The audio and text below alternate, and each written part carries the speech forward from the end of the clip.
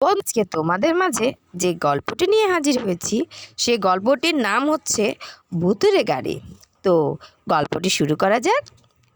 শহরে বাস করত নরেন এবং তার স্ত্রী লিজা এবং এক মেয়ে জবা। জবা তাদের একমাত্র মেয়ে। জবা যা চায় তারা সব তাকে দেয়। নরেন একটি সরকারি অফিসে চাকরি করে। জবা তার বাবাকে বলে, বাবা, আমার সব বান্ধবীর বাসায় গাড়ি আছে, কিন্তু আমাদের বাসায় গাড়ি নেই। আমাকে একটি গাড়ি কিনে দাও। ঠিক আছে, গাড়ি কিনে দিব। কিছুদিন পর নরেন অফিস থেকে বেতন পেল এবং অফিস থেকে ছুটি নিল। এর পরের দিন তারা রাত 8টায় বের হয় এবং একটি গাড়ির শোরুম খুঁজতে লাগে। তারা ঢাকা থেকে একটু দূরে একটি গাড়ির শোরুম খুঁজে পেল। শোরুমের আশপাশ খুব নীরবতা, নিস্তব্ধ, কোনো মানুষজন নেই। তারা শোরুমের ভিতরে যায় আর সেখানে একটি লোক ছিল। সেই লোকটি চোখ রক্তের মতো লাল ছিল। নরেন দেখে ভয় পায় এবং বলে, ভাই, শোরুমের মালিক কে? লোকটি বলে, আমি তো শোরুমের মালিক। আপনার দোকানে সবচেয়ে সুন্দর গাড়ি কোনটি? এই নীল গাড়িটি সুন্দর, এটার দাম কম, আর এটা আপনাদের জন্য অনেক ভালো হবে। বাবা, আমি এই নীল গাড়িটি নিব।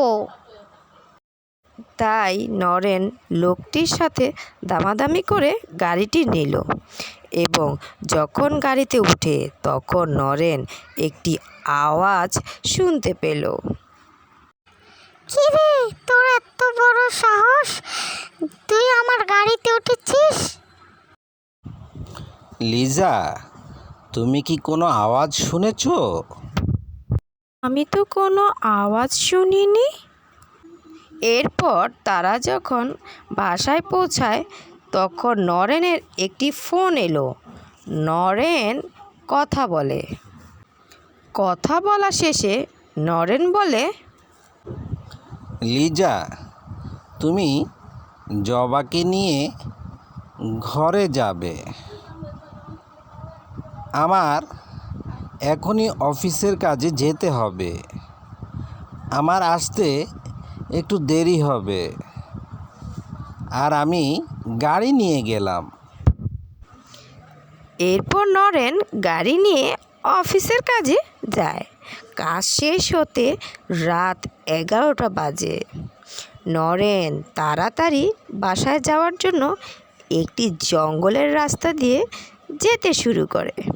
হঠাৎ একটি মহিলা গাড়ির সামনে দাঁড়িয়েছিল। নরেন তাড়াতাড়ি গাড়ি থামায় আর দেখে সামনে কেউ নেই। নরেন ভয় পেয়ে যায়।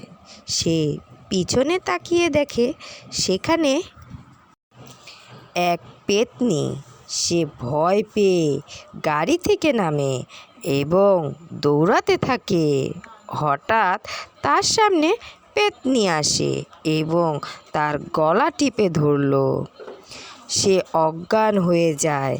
সকালে উঠে সে দেখে তার পাশে এক ফকির আছে। সে বলে, বাবা, তুমি পেতনির জালে ফেসেছ। তুমি কোথা থেকে গাড়ি কিনেছ? নরেন সব কথা ফকিরকে খুলে বলল। এই গাড়িটা ভুতুড়ে গাড়ি, আর ওই শোরুম আরও 4 বছর আগে কিছু ডাকাতেরা আগুন দিয়ে পুড়িয়ে দেয়। তুমি এই গাড়ি আগুন দিয়ে পুড়িয়ে দাও, তাহলে দুজনের আত্মা শান্তি পাবে। দেয় এবং বাসায় যায়। এরপর থেকে নরেন গাড়ির কথা শুনলেই ভয় পায় আর মনে পড়ে। বন্ধুরা, গল্পটি তোমাদের কেমন লাগলো? গল্পটি যদি ভালো লেগে থাকে এখনই আমাদের চ্যানেলটি সাবস্ক্রাইব করে দাও। আল্লাহ হাফেজ। আসসালামু আলাইকুম।